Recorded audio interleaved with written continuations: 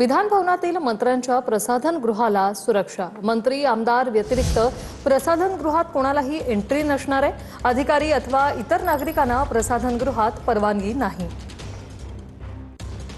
निवृत्ती बाबर आमचे प्रतिनिधी आपल्या सोबत फोन लाईन वरून जोडलेले आहेत। निवृत्ती, विधान भवनातील मंत्र्यांच्या प्रसाधन गृहाला सुरक्षा देण्यात आलेली आहे, काय सांगाल?